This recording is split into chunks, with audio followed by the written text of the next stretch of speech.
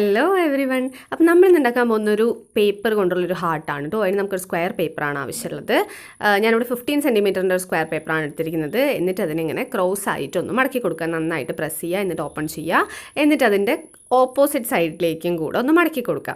Okay, അപ്പോൾ നമുക്ക് പേപ്പറിൽ ഇങ്ങനെ ക്രോസ് ആയിട്ടുള്ള ഒരു സൈഡ് നമുക്ക് കിട്ടിയിട്ടുണ്ടായിരിക്കണം. അതിന് വേണ്ടിയിട്ടാണ് നമ്മളിങ്ങനെ ചെയ്യുന്നത്. അതിനുശേഷം ഇതിൻ്റെ 4 ഭാഗവും ഇതിൻ്റെ സെൻറ്റർ പോയിന്റിലേക്ക് വരുന്ന രീതിക്ക് ഒന്ന് കറക്റ്റായിട്ട് മടക്കി കൊടുക്കുക. ഓക്കെ, നന്നായിട്ട് പ്രസ് ചെയ്തിട്ട് തന്നെ മടക്കുക. ആ വരകളൊക്കെ കറക്റ്റായിട്ട് നമുക്ക് കിട്ടാൻ വേണ്ടിയിട്ടാണ്. എന്നാലേ മടക്കും കറക്റ്റായിട്ട് വരുള്ളൂ. അതുകൊണ്ടാണ് കേട്ടോ. കറക്റ്റ് ഹാർട്ട് ഷേപ്പ് വരണം എന്നുണ്ടെങ്കിൽ ഇങ്ങനെ തന്നെ ചെയ്തിട്ടുണ്ടായിരിക്കണം. സോ ഇങ്ങനെ കറക്റ്റായിട്ട് 4 സൈഡും നടുവിലേക്ക് വരുന്ന രീതിക്ക് മടക്കി കൊടുക്കുക.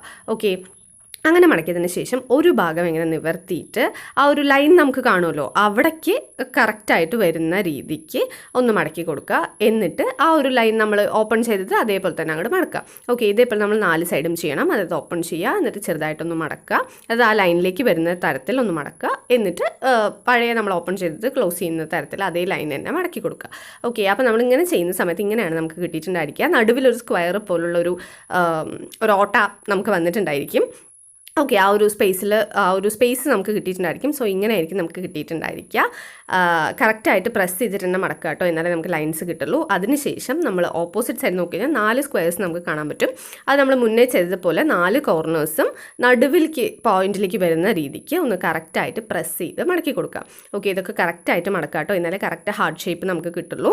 അതിനുശേഷം ഇനി ഇത്തിരി ഒന്ന് കോംപ്ലിക്കേറ്റഡ് ആണ്, ശ്രദ്ധിച്ച് ചെയ്യുക. നമ്മളിങ്ങനെ നടുവിൽ ഇങ്ങനെ പ്രസ് ചെയ്യുന്ന സമയത്ത് ഇതിൻ്റെ സൈഡിലേക്ക് കറക്റ്റായിട്ട് വരുന്ന രീതിക്ക് നമ്മളിങ്ങനെ ഒന്ന് കുഴിച്ചു കൊടുക്കുകയാണ് ചെയ്യുന്നത്. ഓക്കെ, എന്നിട്ട് ഈ സൈഡ് വര കറക്റ്റായിട്ട് ചിലപ്പോൾ ഉണ്ടാവില്ല, അതുകൊണ്ട് ഇങ്ങനെ കറക്റ്റായിട്ടൊന്ന് മടക്കി കൊടുക്കുക.